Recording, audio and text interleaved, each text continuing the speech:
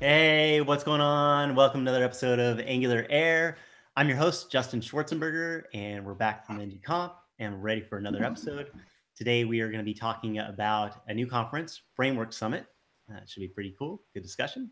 Joining us today as panelists, we've got Alyssa Nichol with us. Alyssa, how's it going? Hey, guys.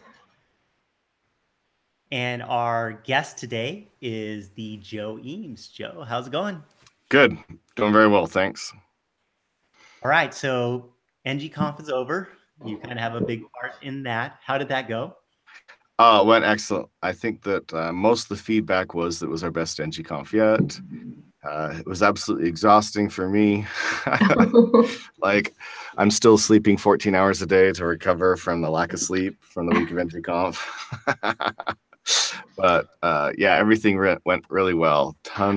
We had more speakers than ever before, more content. We changed our things around and put it out more advanced and intermediate content than we've How ever did done you in the do that? past. How did you fit more speakers in? Was it longer days or? We added a full fourth track on Thursday, the middle day. So that was a big part of having more speakers than ever before. That was kind of the key to it right there. But usually we'd have like one or two like sponsor sort of talks that would be off in this sort of fourth room, and instead we just said we're going to dedicate this whole fourth room. Nice. Yeah. Yeah, that whole sleep thing, I kind of feel, even as an attendee or whatnot, you go there and you're like, okay, I got to stay up as long as possible because there's so many people to talk to. There's so many things to do that you're just like, I want to capture this entire time and I'll sleep afterwards. Right? Yep, that's so true. It's so funny because you'd be like in a conversation, you get midnight and then 1, and you just don't want to leave it. I'm like, oh man, I got to get up at 7, and then all of a sudden it's 2, and just having great conversations with great people. Who wants to leave that? Right? Sleep is for the weak. Right. And then you're walking down the hall, you just finished, you're like, okay, I wrap that up, and you run into somebody and you're like, okay, I got to take this opportunity. Yeah. Yep. So true. Yeah, and for me, that's like the best part. Really, is just getting to chat and meet with people and talk with people. That's my favorite part of ngConf is seeing my old friends and making new ones. Yeah. It's really interesting too with you have the whole stream the conference, right?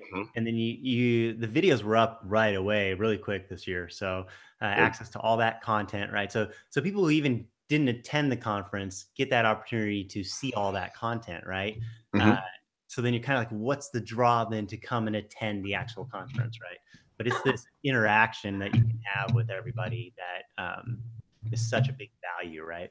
I mean, it's like honestly night and day, I think, from like watching videos online to like being there in person, like not only for the talks themselves, but for the events and the people you meet and the conversations you have, which are like 90% of it for me at least. So I don't know. They were talking about on the podcast when Jules came on last week when we were at the conference, and she was just like, once you come here once, like I just, anybody I've met is like, yeah, obviously I have to come back.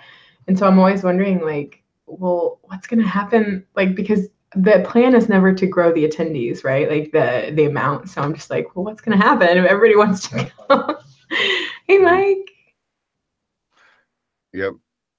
No, that's totally true. We're at what we're never going to add more as well. I wouldn't say never, but it's so far outside of reality to add more attendees just because I think if we add any right now, it's at the point where it can still feel fairly intimate and close, and we can feel like a community. If it gets bigger, we've all been to conferences or conventions with several thousand people, and you just feel like a faceless name in the crowd. You don't ever get to see the same person twice. You don't get time with people.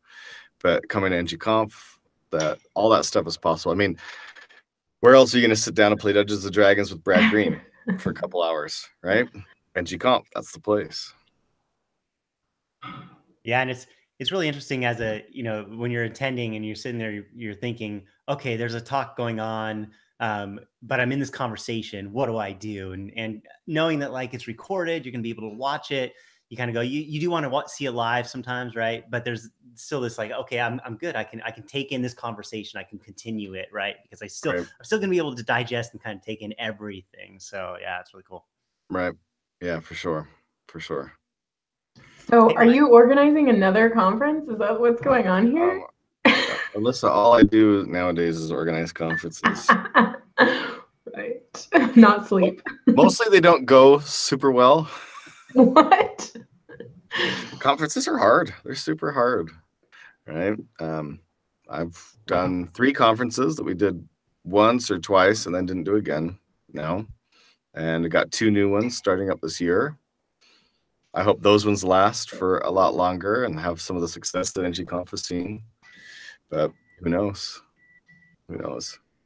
And so one of those ones is what we're going to talk about today, right? The Framework Yep. Summit. Yep. Why don't you fill us in a little bit about that?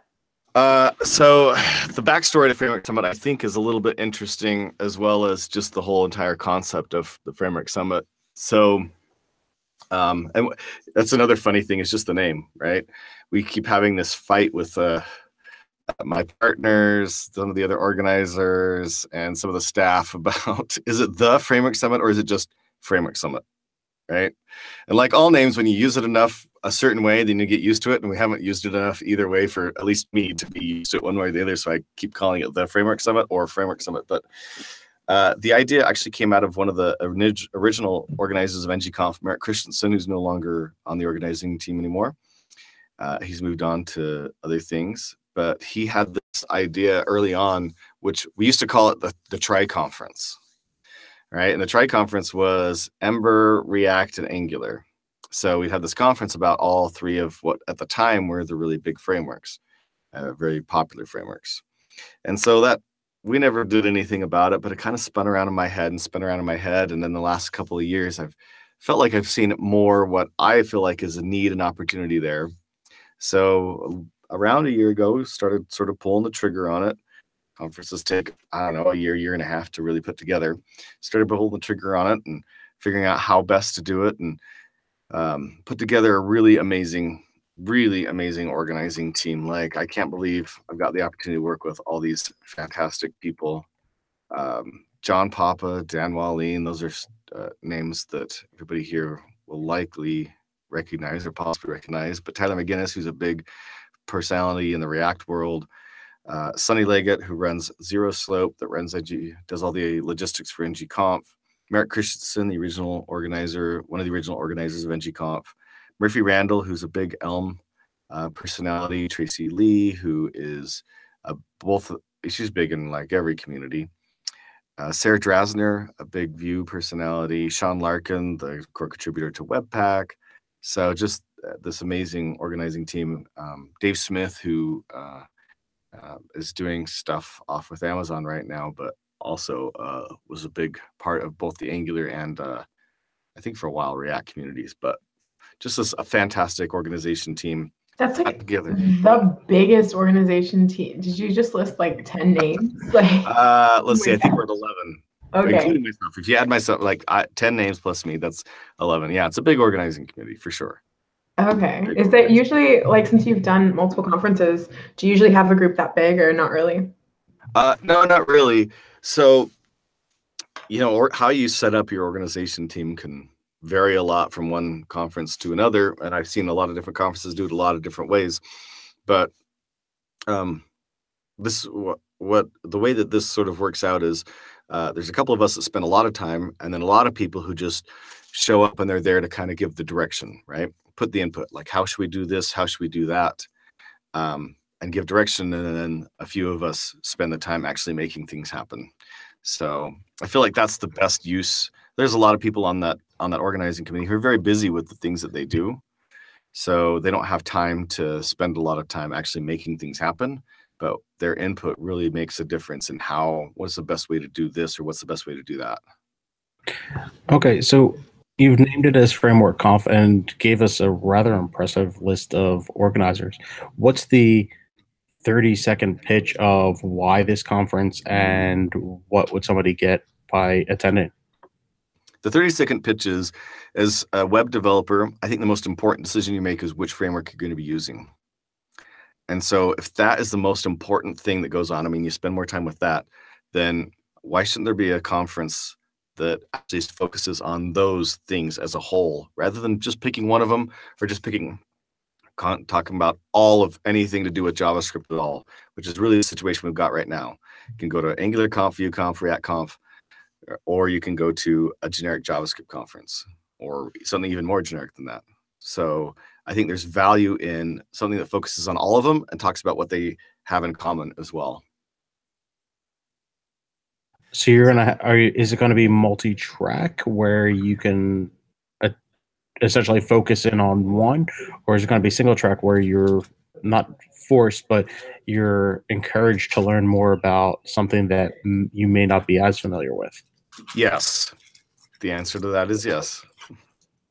That it's going to be single track and multi-track? Yeah, it's actually, so day 1 is single track and day 2 is multi-track. Day 1, we're going to have 15-minute keynotes by core contributors, official representation from each of the major frameworks. And they'll give sort of a state of the union address about what their framework is doing right now, where it's heading in the near future, so that everybody in the room can be updated on where that framework is, even if they don't use it. Then we also have a keynote by an amazing keynote speaker, Lynn Clark from the Mozilla team, a fantastic speaker. And then the rest of that day will be talks about things that apply to everybody, or at least to a majority. There might, you might see talks that are about something that Vue and React have in common, but the encouragement and the idea there is that most of the talks are going to be about things that every one of them have in common. For example, they might be about change detection or routing in general, and talking about each of the different frameworks and how their change detection is both similar and different. Maybe there'll be a talk about virtual DOM and how it's implemented in various frameworks. I've heard a lot of amazing ideas coming up so far as people hear the idea of this concept of this, this conference, and then say, oh, what would be really cool is to talk about this that bridges these two things. So an example is somebody tweeted out that they said, what I would love to see is a talk about shared vocabulary, right? Because over here, in React, you might say props, and in Angular, you might say template ref, but you're actually talking about the same thing, but they don't know, the various people don't know that what they're actually talking about is the same thing, or other shared vocabulary, right? And so a talk that really compares that, hey, over here we call it this, but over here it's called this. And I was like, oh, that would be a really cool talk. So the one thing that format of, all right, generic on day 1 with the individual keynotes for each of the different frameworks is great. To me, that says, all right, are you possibly considering closing out day 1 with a panel, like a Q&A panel? This way, if people have questions, they can talk to the experts from each given framework to say, hey, listen, sell me or answer this question for me. This way, everyone gets those answers to be a little bit more informed going into the multi-track format at day 2. Right. That is actually a great idea and something I hadn't considered. Mike for the win. Nice. What about logistics? Where would one need to travel to attend said conference? So we thought a lot about where we would put the conference at, and one of the things that I kind of wanted to play around with was the fact that the name of the conference is Framework Conference or Framework Summit, right? So then I thought, hey, if it's a summit, maybe we should do it up in the mountains somewhere. We looked around a lot, and the place that we found that we really actually liked a bunch was a DoubleTree hotel in Park City, Utah.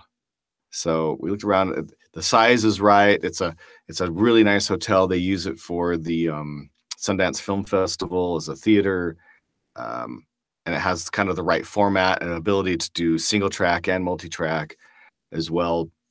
So that's where it's going to be. It's going to be up in Park City, Utah, which is just this amazing location up in the mountains, the Wasatch Mountains in Utah. It'll be in October, the 2nd and 3rd of October, which means that the leaves will all be turned. They're beautiful colors, but it won't be cold. It'll be cooler than it would be in the summer, but no snow on the ground or anything like that. So just an absolutely amazing time to see Park City, Utah, and to see the mountains of Utah. That sounds really cool. Yeah, I'm super excited about that. I just want to mention that there's also summits in Hawaii. So just wanted to say that's a good point. Maybe year 2. Sorry, that's my bad. We started talking about Hawaii at a luncheon after ngConf, so now he's got it on the brain. I think we need a conference there. I mean, since you're so adept at starting conferences, plan one for Hawaii at some point, right? Or just, next year's Framework Summit. It can be at like rotating summits, like, there's mountains everywhere and people want to see them. Mount Fuji. Throwing that one out there. But yeah, sorry, you go. Okay, so if I'm on a team that already knows that we want to use Angular, right? Mm-hmm. What's the benefit of coming to the Framework Summit? Well, I think for me, there's several goals about the Framework Summit. Obviously, one of which was just, hey, let's have a conference that focuses on what is a hugely important choice and something that impacts your day every day. But, then you might say, well, okay, I made my choice. Now I'm doing this one thing. What do I care about the others? And the answer for me to that is the same reason as to why you should care about anything that you're not doing today, which is whatever you're doing today, you're not going to be doing that in 5 years, right? The web moves way too fast. I'm not doing the same thing I was doing 5 years ago. I'm not going to be doing, in 5 years, I'm not going to be doing the same thing I'm doing today. And there's a good chance I won't be doing it in a year. So if things are constantly changing, like imagine back when jQuery was all that there was, and then Backbone finally comes out, and people are like, "Oh my gosh, framework for the a website. This is amazing." And actually, I think Knockout was a little bit before Backbone, and Knockout was super cool. Oh my gosh, automatic bindings! I finally found it. We figured it. Like, I don't know if you all have ever felt this, but I certainly remember this feeling many, many, many times as a programmer. I finally figured out we have arrived. We have now come to the place where everything is green and glorious and good, and I will be here. This is where I live now. I now live here, and I will never, ever not live here again. And man, for me, it's Foxborough and C# and ASP.NET. And then 3 years later, oh my gosh, I can't believe I thought that was a good idea. That was so terrible. This is the thing. Now I finally figured it out. And so a recognition of that. This is not the thing. Whatever you're doing today is not the thing. Whatever you're doing yesterday is not the thing. Whatever you're going to do tomorrow is not the thing. Instead, what is the thing is change and learning and growth.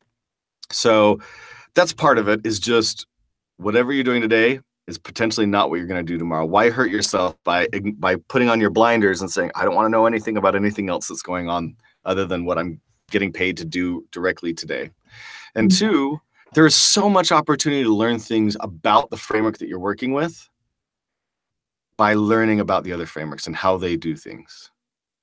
And so those are, like, for me, two of the big reasons to come and learn about the other frameworks. And there absolutely is a third one. I know I'm talking for a long time here, and you might have comments about this sort of stuff, but the absolute third one is I have this problem when I see religiosity in technology choices. This is the blessed divine way to do stuff. And if you don't do it this blessed divine way, please do not even, I don't want to hear from you. I don't know. From our Star Wars game, I got the feeling that you were kind of on my side, aka Sith. So, they're very black and white. So I don't understand this middle ground that you're talking about right now. Right. We did have a lot of fun playing that Star Wars role-playing game over at ngConf, didn't we? I will try not to threaten to rip your arms off again as I was playing the Wookiee. That was super fun. But I think that another aspect, kind of tying from learning from each other, is the fact that while there tends to be this combative nature across frameworks right now, the fact of the matter is there are different tools to accomplish the same goal. You're trying to work on front-end web development, and there's different ways to solve the problem. And at the same time, that while you may be taking a different approach, you can learn from different people who are doing things a different way. Mm-hmm. And I think that's phenomenal to be able to counterbalance that in a non-combative way. Right. That does nothing but frustrate me when people are bashing one thing to put their thing forward and what have you. Right. Well, and I've met multiple people who, like, including myself, have worked on teams that have multiple frameworks in different projects. And so, I mean, being someone who like only has Angular experience, it was very painful for me to like jump over onto the React or the Vue project that was going on. And so I think, I don't know, I think there are a lot of people out there that actually have that, even if it's not in their day job. So yeah, absolutely. Like if you do work on a multi-framework team, what conference are you going to go to that's going to focus that, you know, a generic JavaScript conference, a lot of the ones that I've gone to might have 1 or 2 talks about any given framework. right. And very, very little that's cross-cutting. I have seen a few cross-cutting talks that talk about how frameworks apply to each other or what they have in common, but that's very rare. Other than that, at a generic conference, the talks are going to be about other topics. So if I'm doing React and Vue, where do I go to get a lot of talks on React and Vue and to get both things farther ahead? There's not really a good place for that right now. So this is, again, if you're on a multi-framework team, this is a great place to come and learn about both frameworks and increase your knowledge on both frameworks or all frameworks. So in regards to finding speakers, first a question, are you going to be opening a call for paper? Yep, we have invited a fair number of speakers right up front. We reached out to quite a few speakers and asked them to come and speak. So we've invited a fair number, but we're also going to have a call for papers to flesh out the rest of the talks. That was going to be part of my next question. So if you were going to invite people, have you done any invitations where we'd like you to come talk about X, but we would like you to talk about X with someone else who's going to be providing a different perspective on X? So shared talks, because I think that could provide some good counterbalance to each other. Well, that's actually a really interesting idea. Again, I hadn't thought of that. Are you looking for a 12th organizer? That's why you said that. Right. Yeah, I'm writing my little notes. Talking about the framework summit at a couple of podcasts, and actually had several really great ideas. And I think that's actually one of the really cool things about this is you explain the concept to people, and all of a sudden in their brain, like these lights are going on, like, oh my gosh, I assume you're totally doing this thing because that's completely obvious to me. And over here, we have all these people that have already made these other obvious connections, but like just the opportunity to take this concept and make these connections, like, oh my, now you could do this, and this can't be done anywhere else. And because these ideas happen so much to me, and it shows that people want this sort of stuff, right? I want to have the opportunity to see this or that or this or that. And the minute that a platform appears to have some of these things, then people are starting to connect dots in new and interesting ways that I would never have anticipated. But for me, it's super exciting because here I've given the community this thing. Now make this thing into something awesome, right? So I love finding these ideas, these gems, right, from people I talk to about this. Awesome. Hey, I want to touch really quick on some stuff on that multi-framework type of scenario, right? And what it means potentially for Angular developers and us coming to this type of conference.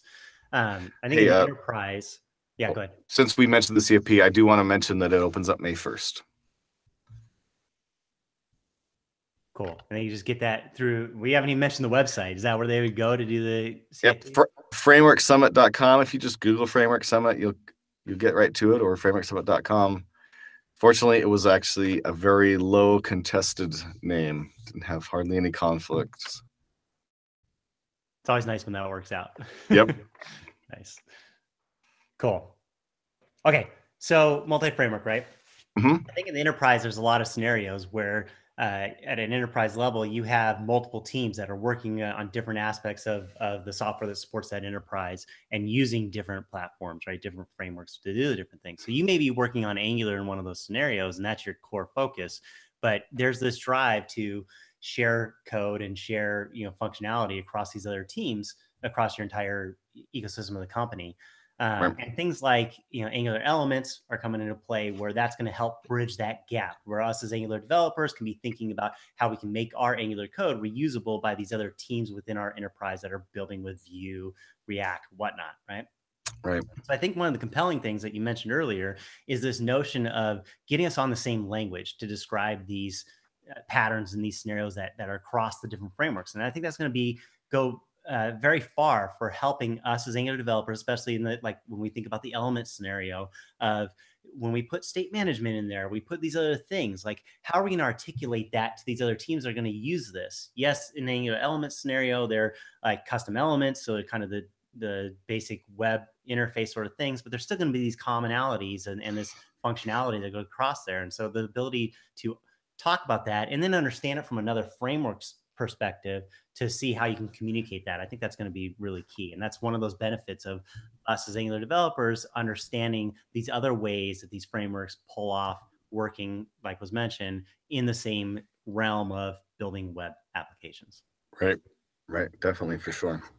And I think that if you have the speakers, like if you were able to do a joint session where two speakers could communicate up front and come to the realizations of equality and trying to solve the same problem on their own and have that discovery, there may be some road bumps as people have maybe some heated discussions as they're going through it, but at least work through that before they actually present, rather than that manifest in itself in front of a crowd. Right. Yep, for sure. I just really wanted to use the word manifest, that's all.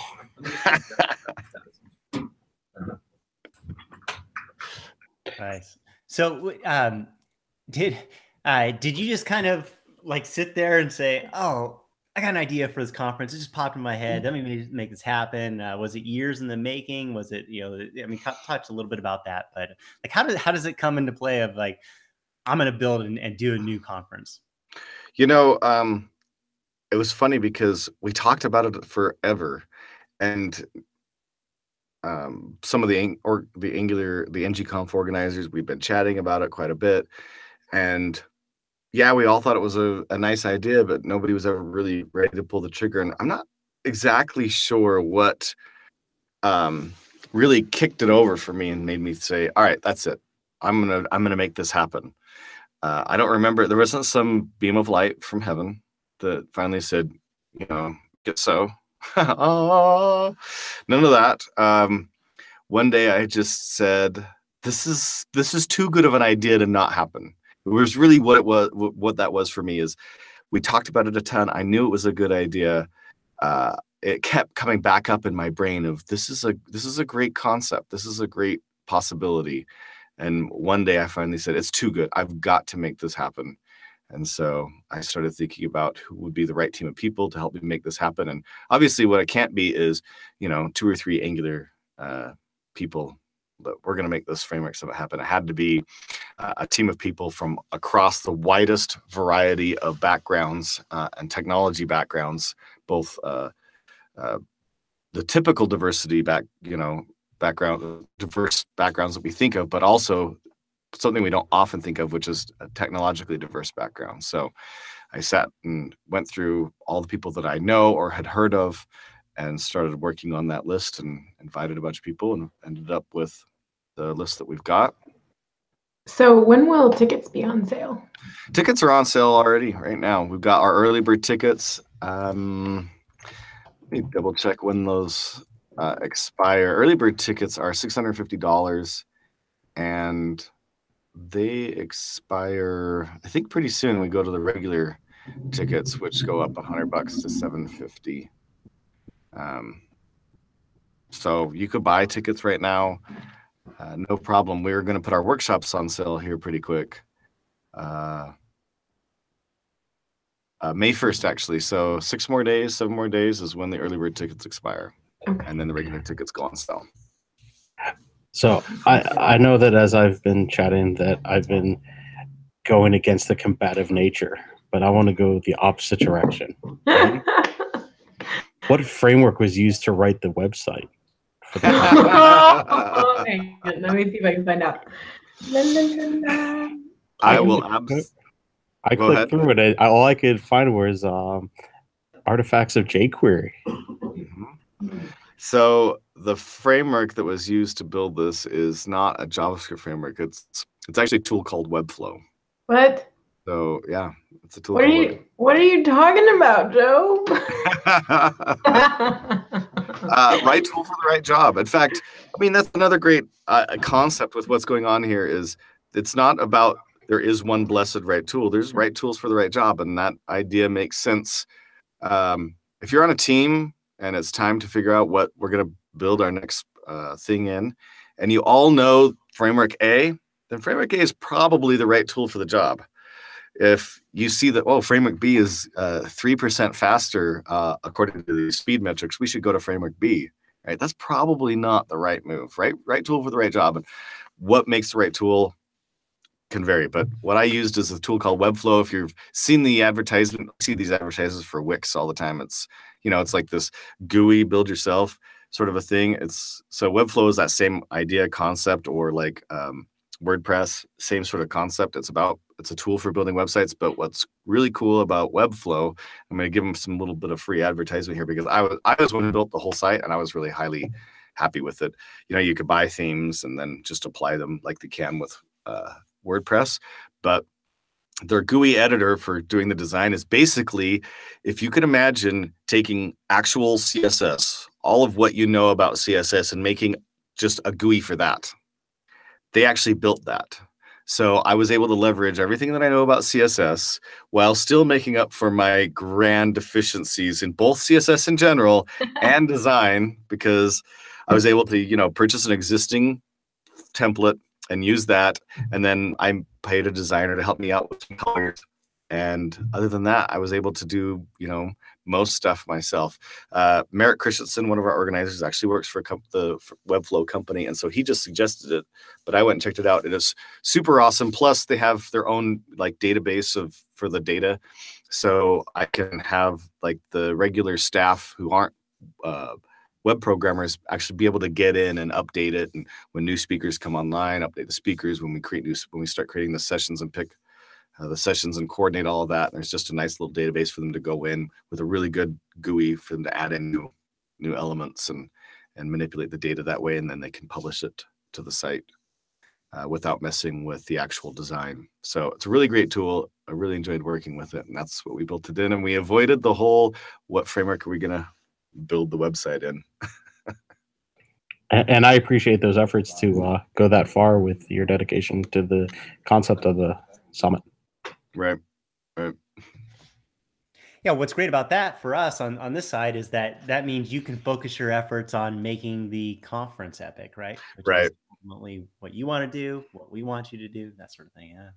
Right, absolutely. So is there anything unique or fun? I know ngConf that we just left has themes and cool things revolving around the theme. Is there anything like that at Summit that you want to mention? Or nothing is on that front has been really decided yet, other than the theme of being up in the mountains in Utah.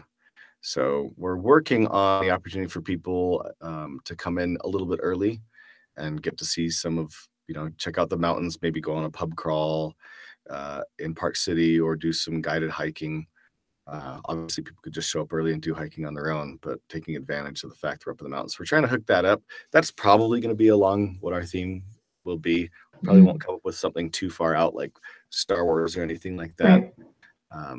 It'll be just about being a summit. Nice. Yeah. Plenty of opportunities there to do stuff because we're up in the middle of some of the most beautiful mountains in the world. So plenty of things to do there. All right. I want to ask about conference fatigue. And it seems like we've got a lot of conferences right now, right? And still more in this, we got this new one here, right? And we're having to decide between which ones we can go to, which ones we can make it to. A lot of people can only make it to a couple, right? So, I mean, what are your feelings on that? I know maybe it's counter to what we got this new summit, right? But what do you think? Well, I mean, if anybody's feeling conference fatigue, I am, because I'm trying to organize a ton of different conferences, right? I spend 10 times as much time. ngConf is about 500 hours a year for me to organize. The Framework Summit will probably be a couple of 100 hours or 300 hours, much smaller affair than ngConf is. So I'm definitely feeling the conference fatigue myself. I might not be, though, the best person to ask, because, man, I love conferences. I've got all these friends that are actually really, really, really close friends, and I see them 4 times a year when I go to conferences. That's the only time I see them. So for me, a conference, as much as there's might be tons of work for me to do. Even the conferences I don't organize, like when I go up to Angular Connect, I volunteer to do as much help as I can. I try to host as many panels and be involved in their scholarship program, teach a workshop. I'm going to submit to speak as well. I just want to do as much as I possibly can to make Angular Connect the best thing that it can be. So I'm really busy when I go up there. So it's not relaxing in that aspect, but getting to see people, meet new friends, for me, that's exhilarating no matter what. So I don't think that I ever myself experienced conference fatigue, but the bigger issue, or another related issue might be we only have so much money to spend on our budget on what conference we're going to go to, in which case I feel like it's not a matter of you should absolutely choose the Framework Summit, but instead, here's an option that you didn't have before that fills this niche that didn't exist, right? If all you could do is choose from, we're doing these two frameworks, or I'm interested in these two frameworks, but I can only choose from either one. Now you have a new option where you can choose a conference which focuses on frameworks, but talks about them all. And here, kind of a funny other sort of goal for this, or another potential audience, is if you are working in Framework A and you don't want to be working in Framework A anymore, you want to work in Framework B, and on your spare time, you're learning Framework B, you can tell your boss, I'm going to this conference because they're covering Framework A, and really, you're there for the Framework B stuff, right? So that's totally okay with me. Because I'm also a big fan. I think it's better for employers to have employees that are happy to be there, right? And I think as an employer, I don't want the employee that's unhappy to stay. I want them to go. I want them to be liberated and able to leave and go and take the job that's going to make them happy, so that I can hire somebody else that will be happy and will be productive. So if you're not happy with where you're at, obviously I don't think your boss really wants to pay to help you find a new job, but this is a way to move yourself along that path. And as I organize conferences, I always like to have sponsors there, even if they're just recruiting, because that gives people an opportunity to move their careers forward. And as they move their careers forward, their new employers not only benefited, but the old employers benefited too, because we all get better at what we're doing. We become better employees, we become better workers, and we contribute a lot more to the companies that we're actually at as we become better. And I think as well, for me, I like people that move around a lot, because I think I learned more. The one thing I think I learned most from, I had 20 jobs in the first 20 years of my career. One of the things I learned most from was working with different people. And if I had to work with the same people for 8 straight years, I probably would have learned a lot less than I did when I worked here for a year or two and then went to a new place and worked with a different team of people who had different ideas about how to do things, and saw that. And I feel I benefited a lot from that. So I'm a big fan of moving when it's time to move. I don't know how you guys feel about that. If you're nope, I want to work at the same company for 40 years and retire on a pension. No, my husband's been at the same job for like 6 years and he loves it there. But I'm always just like, you still learning? You still growing? Like, because that's for me, that when it's time to move is when it's getting stale. But yeah, I totally agree with you. And I think honestly, there's also this other side of me, which I don't know how many people I actually represent in saying this, but like, I like to learn just to learn, like even if I'm not moving around right now. And so honestly, I'd be absolutely fascinated to go to all these talks, because I have no idea. I'm such a nub in other frameworks, like Angular. I know that. So yeah. Right. Yeah, I think it's super compelling to think about, discovering how these other frameworks are doing certain stuff, right? And how that aligns with what we're doing in Angular. So we can learn from that. We could potentially see other avenues that could be tackled from a different angle or a different light. And you could use, like you mentioned, you could use that as the umbrella of going, look, I wanted to play with React, but I haven't really had much time, right? Well, if I go to Framework Summit, I have some allotted time to dive into that, right? Right. So. And time to talk to the experts in the framework, right? If you're working at a company that's only doing Angular and you yourself want to start doing React, you have limited access to people that might be experts in React, and you can ask questions like, I've been learning on my own, but I've got this problem, and I've been trying to build this personal project and it's not going so well for me, right? there's the experts. They're right there. And certainly for me, when I run a conference, one of the things that I always try to focus on the most is letting the attendees get time with the speakers and the experts from the respective communities, right? So that'll be definitely a focus at the Framework Summit as much as it is at ngConf. You know, at ngConf, we do all kinds of activities where we just put speakers sitting in a room, and the attendees all know you can go to that room and talk to that speaker about whatever it is you want to talk to them about. Well, within reason, of course. But yeah, that's giving that exposure, giving that time to talk to them. And we also, and we have a Mike, and you were there in the room for the speaker dinner, right? Alyssa or Justin, were you at the speaker dinner for ngConf? Okay. Alyssa was. I don't know if you remember when I got up and I talked to the speakers and I said, look, the people that are here, a lot of them want to have time with you. So make time, make yourself available to them. For me, that's always important. And, you know, as a community, we get a lot better when that time is given.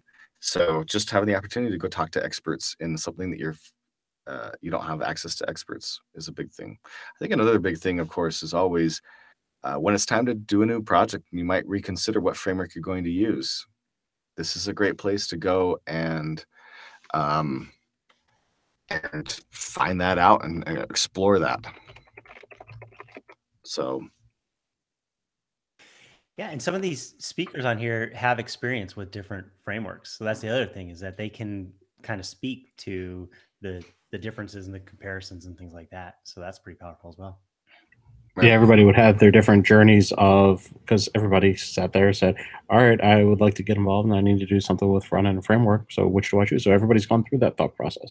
And you have a lot of really smart people who have ended up with different decisions for different reasons. So to be able to get not just the points to re-emphasize yours, but also the counterpoints of, all right, well, maybe I didn't consider that, and maybe consider making a switch.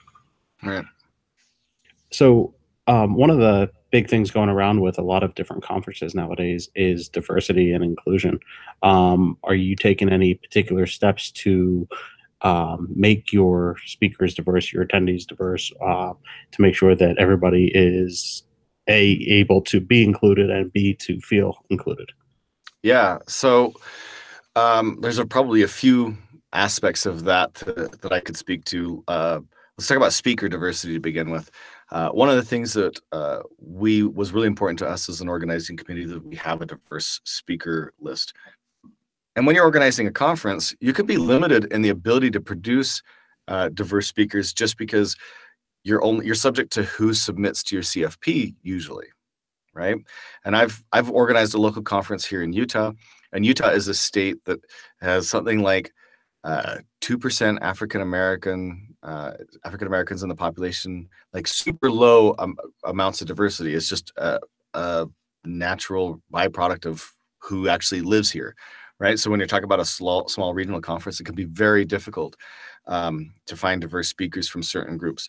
So it could definitely be a challenge depending on what you're doing and where you're going. So for us, one of the things that what we spent a lot of time was, and I've seen this effort in other conferences, which is, all right, let's look at who is an amazing speaker that has a topic that we can speak, that can be covered, that really fits the conference, who themselves might come from also a diverse background. And let's find those people and invite them. I've heard of conferences that make a rule: if they ever invite a male to speak, then they have to invite a female to speak, right? And so, along those lines, we're working to increase the diversity of our speaker lineup right from the get-go by inviting people who are great speakers, who are technically knowledgeable in the areas that matter to the Framework Summit, people that maybe have worked in multiple frameworks in the past, that sort of thing. So that was our starting point for speakers. And of course, as we do the CFP, we're going to make sure that we practice all the good practices to be blind, make sure that we aren't using a lot of nepotism, that names and stuff don't come into unconscious bias to sway us towards not choosing speakers from diverse backgrounds, that sort of stuff. We'll do all of that. Then it comes to attendee diversity, right? That's a harder one. right? I mean, we're in a position right now where what we need to do is sell tickets just to make sure that the conference itself can happen and can survive. So we want to sell tickets, and where we get those ticket sales from right now, you see, we can't be choosy and say, no, we need a diverse. So we'll do some, what we'll do is reach out to some of the groups that are comprised of diverse backgrounds, and really market to those as well, and make that a focus of our marketing. In the end, will they be the ones that buy tickets? I don't know. But I also hope that as we have a nice, diverse lineup of speakers, that people from underrepresented backgrounds will feel more comfortable to attend this conference. Another thing to talk about is just the fact that this is, if you look at a generic JavaScript conference, right, there isn't sort of a, that natural fight, because we aren't talking to about this versus this versus this. How's it going, Stephen? You aren't talking about one versus the other versus the other. So there isn't a natural contention point. There is a natural contention point in the Framework Summit, because we've got Framework A, we got Framework B, we got Framework C, and most of the time, with few exceptions, you choose one or the other. So right off the bat, our code of conduct has a bunch of extra language in it about technological diversity, right?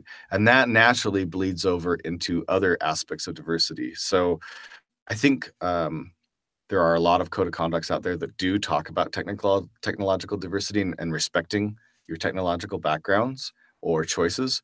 But for us, that's absolutely a focus. And that itself bleeds into the rest of diversity, which is protecting, making sure that it's inclusive, everybody feels comfortable, and that we take that very seriously as we organize, and then at the event itself, that those protections in there and that encouragement that it's a community, that we can build a real community, matters. And for me, again, one of my big goals was I want the kumbayas, right? I want people that would normally argue over my framework is better than your framework to come make friends that use their framework. And at the end, there's hugs, there's kumbayas, there's singing. I'm going to provide some ukuleles so that we can have some kumbayas. But I really want that. I want to see the community grow. Community grows not because you say, I'm going to love everybody. Community grows because you meet people and you reach out to those people. You form connections with those people. You yourself, community is about a connection between two people. And so for me, this is a way to increase the community. And it's not just the Angular community, just the React community, just the Vue community. This is the community at large, the technological community, because people that are doing two different things today are going to be doing the same thing tomorrow. And I want those connections. I want that respect to be fostered and those friendships to be fostered.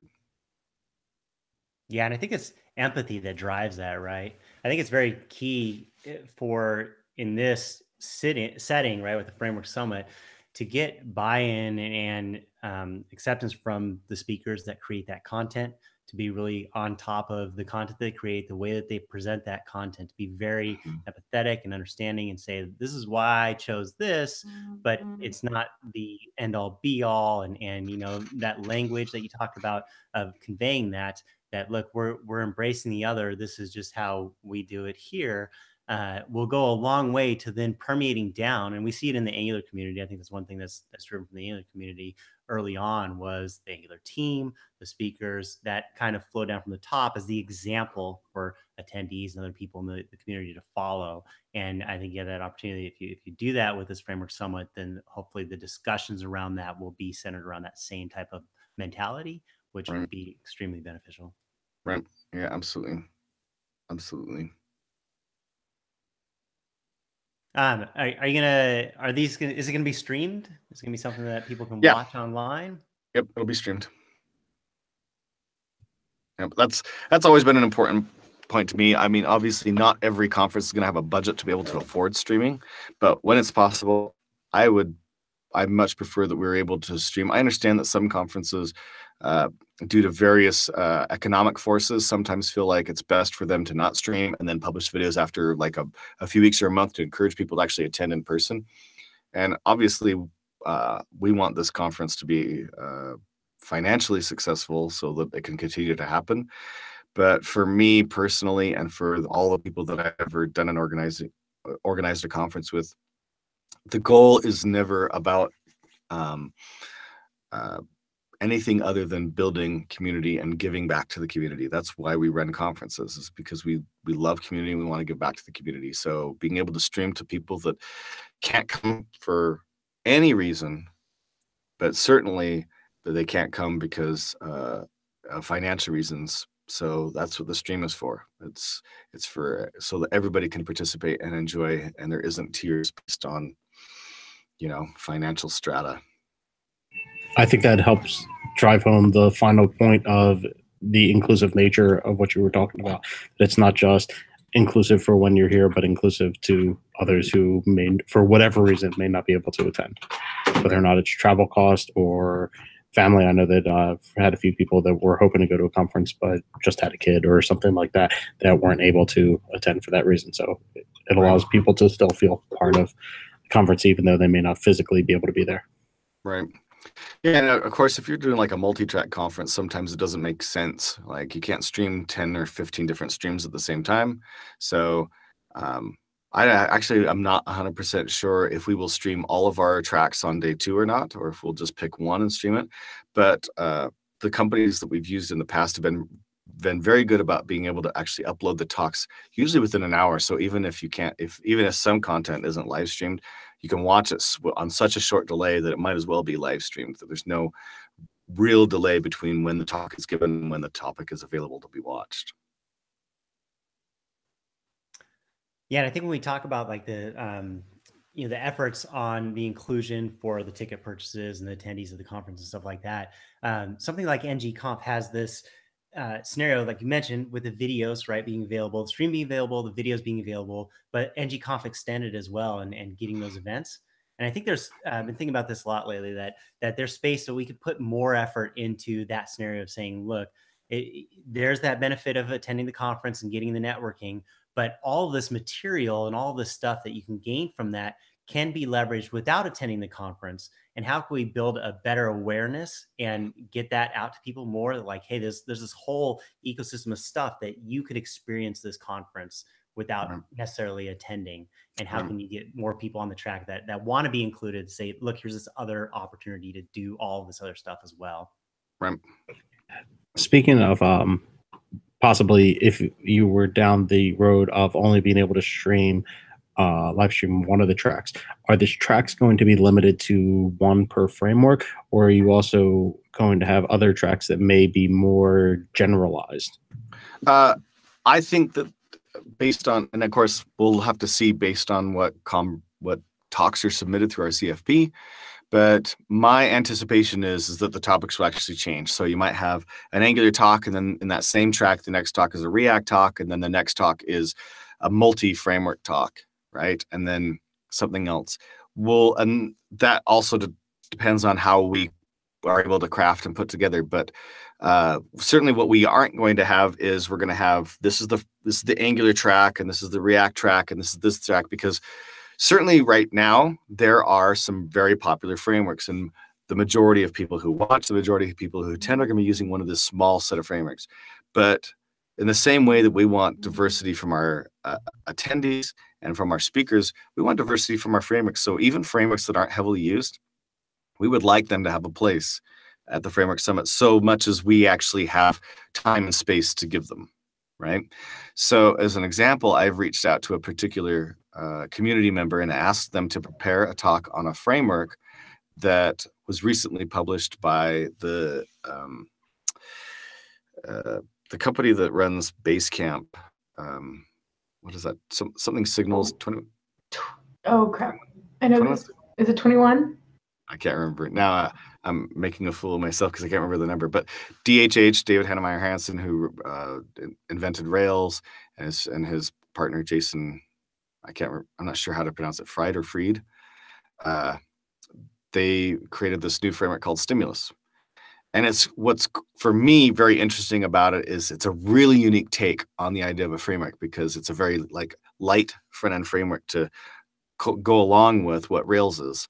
And so I really want to have a talk about that. So I've reached out to somebody, asked them to submit to the CFP, a talk specifically on that particular framework, because what people might learn by looking at that framework and understanding it might really help them out in other things that they're doing in their own frameworks, because it's a unique way to look at the problem and a unique solution to it, a very novel, interesting solution to the problem.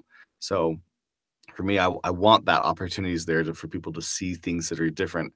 And certainly for a lot of people, the mainstream is whatever framework they're doing. But then really we have the mainstream is what these 3 or 4 frameworks are doing. But I want to expose people to ideas outside of just even that mainstream, and see that there's still innovation going on that you may not have been exposed to, you may not have seen yet, and here it is. Very cool. Very cool. All right. Well, we're at the top of the hour, so time to wrap it up. Put a bow on it. Next week, I think we're talking. What are we talking about next week? We're talking Angular Contributor Days, so that'll be pretty cool for next week's episode. But thanks a lot, Joe, for coming on, talking about Framework Summit. It's frameworksummit.com, correct? Yep. Same thing it's at Framework Summit on Twitter, so easy to find. All right, so get your tickets, submit your proposals if you want to talk, that sort of thing, right? Yep. Think up some awesome proposals and submit them. We need them.